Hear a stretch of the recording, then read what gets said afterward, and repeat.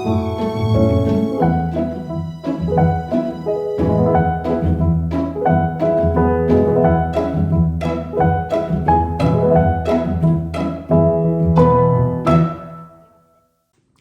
bookworms, long time no see. I hope you got to see some of my previous videos that I've just posted, which is our Japan vlog and videos from our trip to Japan. I hope you had a look at some of those. I had some great fun actually editing those videos. Oh gosh, I'm so out of practice. I feel so out of practice doing this. Sorry, my talking to camera skills seem to have, I've left them back in Japan. So last week I didn't actually make a video, so I'm sorry about that, but we were really trying to get settled back into our routine here in Australia after having traveled, and you know how that can be just a bit awkward and uncomfortable when you first get back. There's a bit of a letdown of having traveled and the excitement's over, and then getting the kids back into a routine and unpacking and all that stuff. So I didn't make a video last week, but this week I've decided to make a video about the assignment that I have due now that I got an extension for because we were overseas. So I had a little bit of extra time, but feeling quite overwhelmed about writing this assignment. It's worth 50%, and I think I'm just a bit intimidated by it. It's probably not actually that hard an assignment, but you know, I'm just feeling a bit intimidated, and I'm having a bit of sort of procrastination. What would be a good word for it? Inertia? I'm not sure. I'm having trouble just getting it started because I'm just overwhelmed by it. So I decided to make a video today about the things that I do to get myself started, just to get studying when I don't really feel like it. And the best advice that I have ever gotten about starting an assignment is the motto, begun is half done. And basically what that means is sometimes the hardest part of an assignment, and I'm finding that right now, is just getting started and getting something on paper. And once you actually get started, that's sort of half the battle won, is with yourself and getting motivated. Before I get into that, before I get into those things and that vlog for you, having got back from overseas, I started back at work today, and the best thing about being away from the library for like a week or two is that all your holds come in at once. So you have this massive list of pile of things that you've put aside to read, and they all come in at once. So it's like Christmas, you get to open them all at once. So I thought I'd share my post-overseas trip library reservation haul with you and show you what came in just today when I got back at work. So they were all on my desk, and I was so happy going through them like I was a kid opening my presents at Christmas. So this is what Santa brought to my desk today. A lot of autumn themed stuff because it's autumn now in Australia. It's April, so that's autumn for us. It's a bit weird if you're living in the northern hemisphere. It's actually getting colder here, and the leaves are turning golden. The days are getting shorter, but it's Easter. What? So it's really strange. It's strange to watch YouTube videos from overseas and see them coming into spring and spring recommendations and spring reading lists, and we're like, no. In keeping of that, I actually have Nigel Slater's Green Feast, which is, I think Nigel Slater is a food critic. So it's basically, this is a book about celebrating autumn and winter through food and ritual and meals, and they're great books. I love Nigel Slater's book. The Christmas one, I can't think of the name of it. I think it's called The Christmas Chronicles. is amazing. Like, it's all about the foods and the rituals and the traditions that you have around Christmas, and it's really good. So Nigel Slater, I've got that one. I've also got Autumn and Winter Activities Come Rain or Shine, which is, I think, is a bit of a Steiner Waldorf kind of nature craft inspired book. I thought I might go through and see if I can find some interesting things to do with the kids. I've got Pico Aya. This book Autumn Light, which is in the travel and history section, but it's a book set in Japan. I don't really know a lot about this, but I put it on my autumn display at the library, and then I thought, oh, actually I might grab that when I get back. So I had it on my holds list, and I had that suspended until I got back. So it's here now. I have The Autumn of Letting Go, which is another one that came off the the autumn display that I'm pilfering for myself now that I'm back. Haha. So that one, I've got that one as well. What else do I have here that's autumn flavored? I thought there was another one. No, maybe that hasn't come in yet. Oh, I've got The Padderdale Plot by Rebecca Tope. She writes fiction set in the Cotswolds, I believe, in England. This one's set in autumn as well, so this should be good to read. I think it's a mystery. It's got this little icon on it, which our library uses for mysteries. So it's a little Sherlock Holmes hat. So this one should be good. I've got Geraldine Brooks's Horse.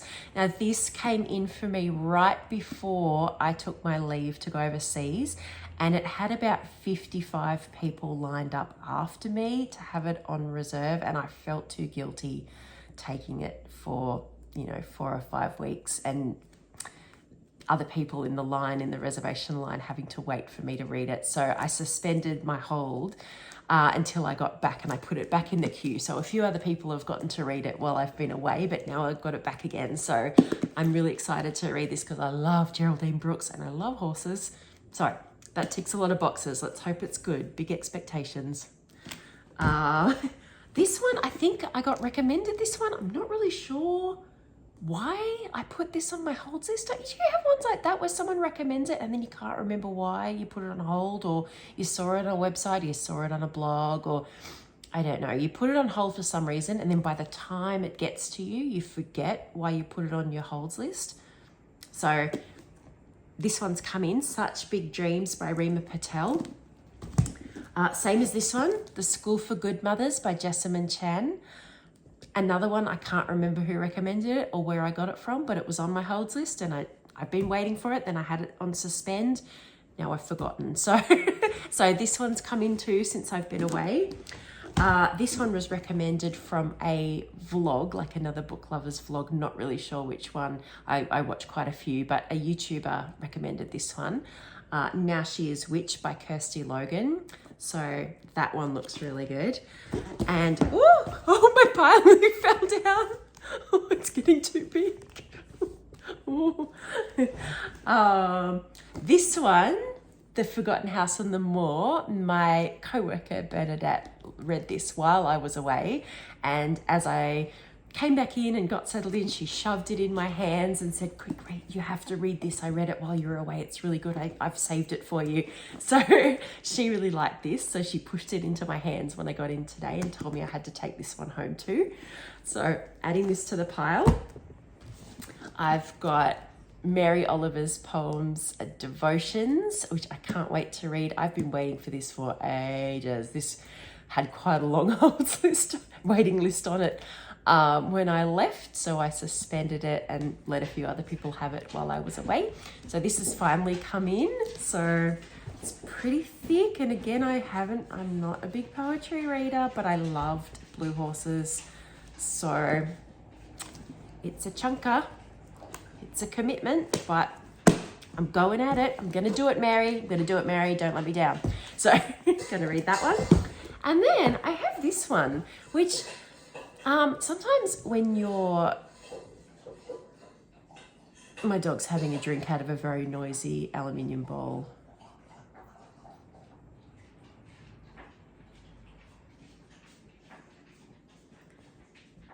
Great sound effects. Sorry about that. If you can't stand the sound of people chewing, that would have been real comfortable for you. Sorry. Okay, she's finished.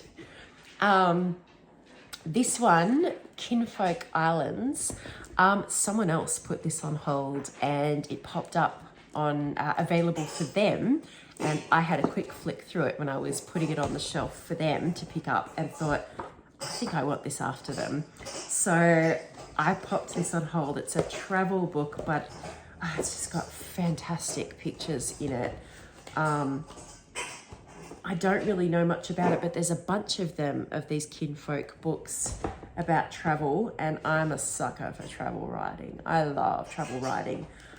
So I've put all of them on hold. All these kinfolk, I don't know what that means, but all these kinfolk travel journal, photographic journal books. Oh my gosh, holy moly. Like just,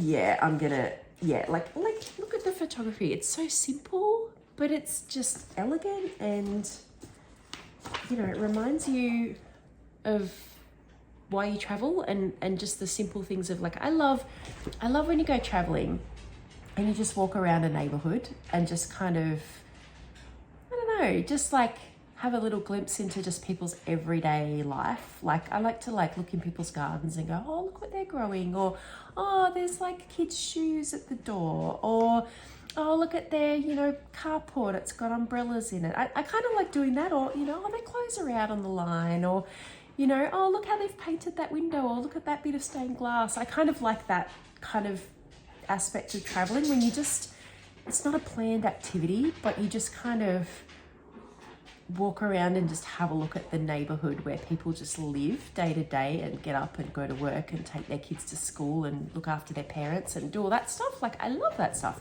So this book kind of, these books, Kinfolk, they kind of look like little day in the life snapshots from people's travels. And I think I'm going to really enjoy that. Like, look at these kids going to school in Jamaica.